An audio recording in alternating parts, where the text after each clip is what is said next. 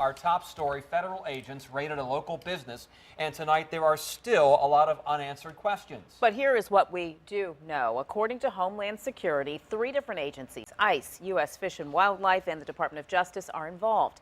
They executed search warrants at Lumber Liquidators in the Norge-Toano part of James City County. The investigation has to do with certain products being imported.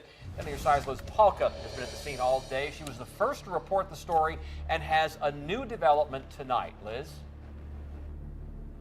Well, Tom and Nicole, we are finally hearing from Lumber Liquidators. Speaking through a PR agency, they say they are answering all questions. They are handing over documents related to their product. They say they are cooperating in this investigation, which, by the way, we've learned goes beyond James City County to Richmond, where another location was searched today. And so while we're still learning details about this investigation, exactly what brought the agencies out here today remains sealed. Immigration and Customs Enforcement was here at Lumber Liquidators since early Thursday, working with 2 other agencies, the Department of Justice and U.S. Fish and Wildlife. Neighboring businesses and customers tell 10 on Your Side everything seemed normal, except the company's employees stopping every vehicle that pulled up. I've been up there, I don't know, 10 times, and that's the first time that's ever happened. So it was a little odd, but I don't know why. Steve Janakis is a Lumber Liquidators customer. He's working with the company to redo his restaurant's floors.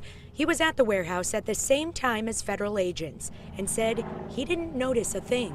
I went in, everything looked normal, other than the fact that these 2 people stopped me before I went in. The DOJ and Fish and Wildlife are not commenting on the investigation, and an ICE spokesman says the search warrant is sealed until further notice.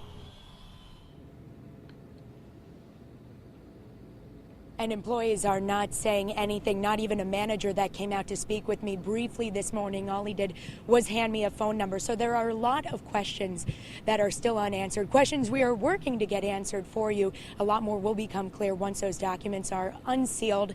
Count on 10 on Your Side to follow this story.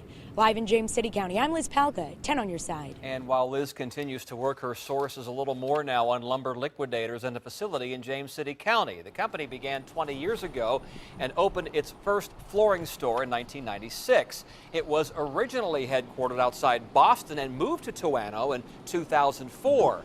Lumber Liquidators employs more than 1,000 people and has stores in 46 states.